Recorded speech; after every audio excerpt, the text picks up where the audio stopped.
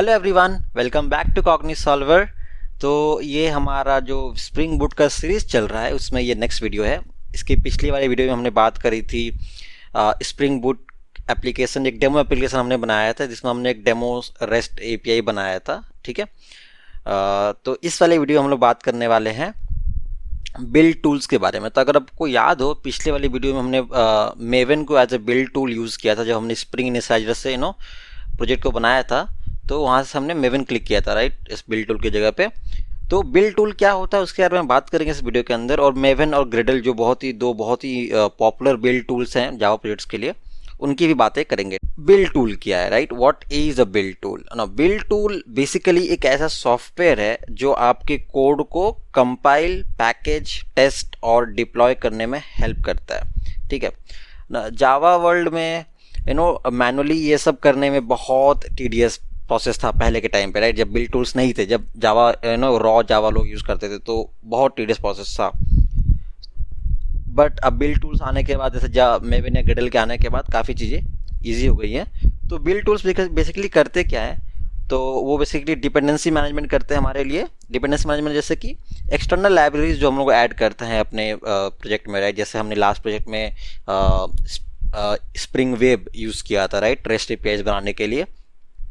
तो वो हो गया। या फिर हमने डेटाबेस कनेक्ट करना है, मान लो MySQL डेटाबेस है तो उसके लिए हमने MySQL का ड्राइवर वगैरह डालना पड़ेगा, उसकी डिपेंडेंसी डालनी पड़ेगी, राइट। बहुत सारी ऐसे अलग अलग चीज़ें हम लोग यूज़ करेंगे अपने प्रोजेक्ट में। जैसे हम लोग आगे बढ़ेंगे सीरीज़ के अंदर हम लोग देखेंगे तो अलग अलग तरीके के हम लोग पैकेजेस यूज़ करेंगे जो कि थर्ड पार्टी पैकेजेस हैं, अभी बाहर के हैं, हमारे पास नहीं है। कुछ लाइब्रेरीज है जो कि हमारे पास नहीं है, राइट। तो वो हमें अपने प्रोजेक्ट के अंदर इंसर्ट करानी पड़ेंगी। तो उसके लिए हम लोग डिपेंडेंसीज का यूज़ करते हैं कि भाई ये डिपेंडेंसी है, इसको तुम डाउनलोड करके रखना, एज अ जार डाउनलोड करके रखना, और फिर जब जरूरत पड़े इसके मेथड्स को यूज़ कर सकते हैं। सेकेंड चीज़ है कंपाइलेशन। तो जो जावा फाइल्स होती हैं उनको डॉट क्लास बनाना पड़ता है, क्योंकि जावा एक मशीन इंडिपेंडेंट लैंग्वेज है ना। जावा को मशीन इंडिपेंडेंट लैंग्वेज क्यों बोलते हैं? क्योंकि जो जावा क्लासेस होती है, जो जावा फाइल्स होती हैं, उनको डॉट क्लास में कन्वर्ट करने के बाद जो बाइट कोड वाली फाइल बनती है वो किसी मशीन पे JVM के प्रेजेंस में रन कर सकती है, राइट। तो उसको जो ट्रांसफ़र करने का काम है वो ये बिल्ड टूल्स ईजिली कर लेते हैं, कंपाइलेशन ईजिली हो जाता है, राइट।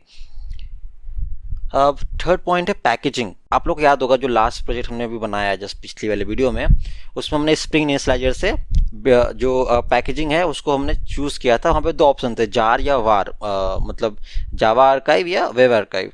तो उन दोनों में से हमने एक चूज़ किया था। तो आप जो भी चूज़ करते हो उसकी जो आप जब अपना सर्विस बना के, अपना बैकएंड एप्लीकेशन बना के जब उसको बिल्ड करते हो तो उसका पैकेजिंग होता है कि वो जावा आर्काइव बनेगा या वेब आर्काइव बनेगा।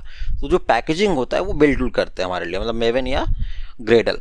ना फोर्थ बट ऑटोमेशन, जो बिल्ड टूल्स होते हैं वो ऑटोमेट करते हैं प्रोसेस हमारे लिए। अगर हम लोग को बिल्ड करना है तो हम लोग को मैनुअली बिल्ड नहीं करना पड़ेगा कि पहले हम लोग उसको टेस्ट केस रन करें, फिर जाके सारे डिपेंडेंसीज इंस्टॉल करें, फिर उसके बाद बिल्ड करें, फिर उसको पैकेजिंग करें। वो सब मैनुअल प्रोसेस ना करके हमारे पास जो ये टूल है वो डायरेक्टली वो ऑटोमेट कर देगा सारी चीज़ों को। बस आपको कमांड रन करनी है, right. Build commands, testing, deployment etcetera सब हम लोग रन कर सकते हैं, और जो बिल्ड टूल है वो बाकी सब कुछ अपने हिसाब से देख लेगा। ठीक है, सो विदाउट बिल्ड टूल्स ये सब बहुत ही मैनुअल होता। ठीक है, तो इसलिए हम लोग बिल्ड टूल्स यूज़ करते हैं। नाउ दो तरीके के बिल्ड टूल्स है हमारे पास, मेवन और ग्रेडल जावा के केस में। ठीक है, तो मेवन जो है वो सबसे पॉपुलर बिल्ड टूल है, ओके, जावा वर्ल्ड में बात की जाए तो, क्योंकि ये पहले से है, ग्रेडल बाद में आया। बट ग्रेडल भी अच्छा है लेकिन मेवन बहुत पहले से है, तो बहुत ही पॉपुलर जावा वर्ल्ड में। मेवन क्या है, बेसिकली ये XML बेस्ड कॉन्फ़िगरेशन यूज़ करता है, जैसे pom.xml। अगर आपको याद हो लास्ट वाले जो वीडियो में हमने बात करी थी तो उस प्रोजेक्ट में एक pom.xml फाइल थी। सो हर प्रोजेक्ट के लिए एक प्रोजेक्ट ऑब्जेक्ट मॉडल यानी POM यानी pom.xml फाइल बनती है, जिसमें डिपेंडेंसीज, प्लगइन्स, प्रोजेक्ट के इन्फोज वगैरह डिफाइन होते हैं, जो मैंने एक्सप्लेन किया था लास्ट वीडियो में। जो अपाचे मेवन है ये बहुत ही स्टैंडर्डाइज्ड और वाइडली यूज्ड है, इसलिए डॉक्यूमेंटेशन और कम्युनिटी सपोर्ट टॉप नॉच है इसका। और वहीं अगर हम लोग ग्रेडल की बात करते हैं तो ग्रेडल इज़ न्यूअर, फास्टर और ग्रूवी या कॉटलिन DSL यूज़ करता है। तो अगर आप जब ग्रेडल चूज़ करोगे ना स्प्रिंग इनिशियलाइजर में, तो वहाँ पे आपको दिखेगा कि दो ऑप्शन है, या तो ग्रेडल कॉटलिन है या तो ग्रेडल ग्रूवी है। ठीक है, तो दोनों में से एक चूज़ करना रहता है।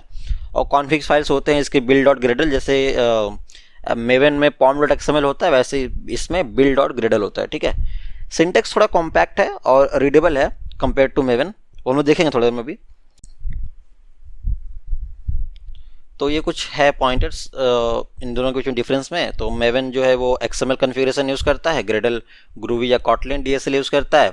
मेवन थोड़ा सा वर्बोस है बट स्ट्रक्चर्ड मैनर में है, लेकिन ग्रेडल थोड़ा सा कंसाइज है, ठीक है। अगर आप स्पीड की बात करो तो मेवन कंपैरेटिवली थोड़ा सा स्लोअर है ग्रेडल से। तो ग्रेडल थोड़ा सा फास्टर है in terms of incremental builds and caching. तो ये कैश करके रखता है, लास्ट बिल्ड्स को कैश करके रखता है। फिर डिपेंडेंसी जो भी डाउनलोड हुई थी हर बिल्ड में, तो पिछली बिल्ड में अगर कुछ 5 डिपेंडेंसी डाउनलोड हुई थी तो उन 5 को कैश करके रखेगा। नेक्स्ट जो बिल्ड होगा उसमें अगर कुछ एक्स्ट्रा डिपेंडेंसी है, मान लो 6 डिपेंडेंसी हो गई, बट ये 5 डिपेंडेंसी से ऑलरेडी इसने बिल्ड करते हुए डाउनलोड किया था, तो उन 5 का यूज़ कर लेगा, वो छठे वाले को बस इंस्टॉल करेगा।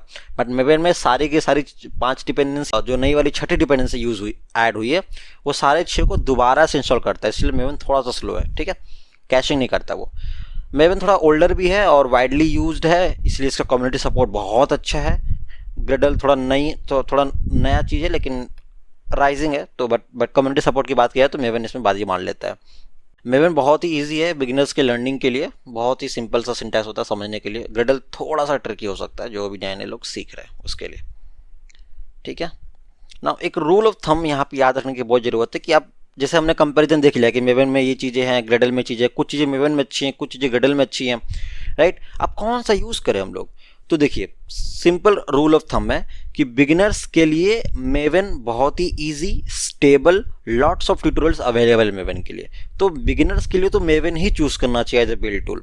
हाँ, जो लार्ज प्रोजेक्ट्स हैं जिसमें CI/CD पाइपलाइंस हैं, फास्टर बिल्ड चाहिए, राइट, तो उसके लिए ग्रेडल चूज़ करने में कोई बुराई नहीं है, कोई दिक्कत नहीं है, ठीक है। बट अगर आप सीख रहे हो जैसे जावा, तो आपको मेवन ही चूज़ करना चाहिए, ठीक है।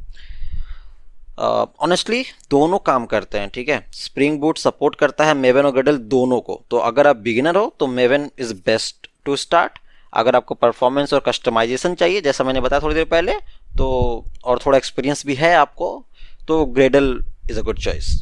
सो आई होप आपको समझ में आ गया होगा कि एज ए बिगिनर आपको क्या चूज़ करना है। ना इंडस्ट्री में भी मेवन ज़्यादा यूज़ होता है, बट ग्रेडल की पॉपुलैरिटी बढ़ रही है, स्पेशली एंड्रॉयड और लार्ज एंटरप्राइज प्रोजेक्ट्स के अंदर। या सो आई थिंक आप लोग समझ गए होंगे कि मेवन और ग्रेडल में बेसिक डिफरेंस क्या है। एक बार हम लोग स्प्रिंग इनिशियलाइजर पे आ जाते हैं, ठीक है। और एक बार मैं यहाँ पे मेवन चूज़ करता हूँ, जावा वगैरह चूज़ करके मैंने स्प्रिंग वेब डिपेंडेंसी ऐड करी, राइट। मैं अगर यहाँ पे एक्सप्लोर बटन पे क्लिक करूँगा ना, तो मुझे इसका पॉम फाइल दिखेगा, राइट। पॉम फाइल में देखो इस तरह जो डिटेल्स हैं, पेरेंट की डिटेल्स हो गई, फिर ये आपका जो मेटा डेटा हो गया प्रोजेक्ट का वो, और यहाँ पे डिपेंडेंसी का हो गया देखो। तो यहाँ पे स्प्रिंग वेब की डिपेंडेंसी इस फॉर्मेट में, XML फॉर्मेट में है और ऐसी दिख रही है। बट वहीं मैं अगर इसको ग्रेडल चूज़ करके अगर एक्सप्लोर करूँ, तो इसका देखो कुछ इस तरह से दिखेगा। अब देखना आपको ये डिपेंडेंसी वाला चीज़ ऐसे दिख रहा है, राइट। तो ये सिंटैक्टिकल डिफरेंस है दोनों में। इसका फाइल build.gradle होता है और उसका फाइल जो होता है pom.xml होता है, ठीक है, कन्फिग्रेशन फाइल्स जो होती है। तो गाइस आज हमने देखा बिल्ड टूल क्या होता है, मेवन और ग्रेडल के बेसिक्स समझे, और दोनों के बीच जो डिफरेंस है उसको भी हमने अच्छे से समझा, राइट।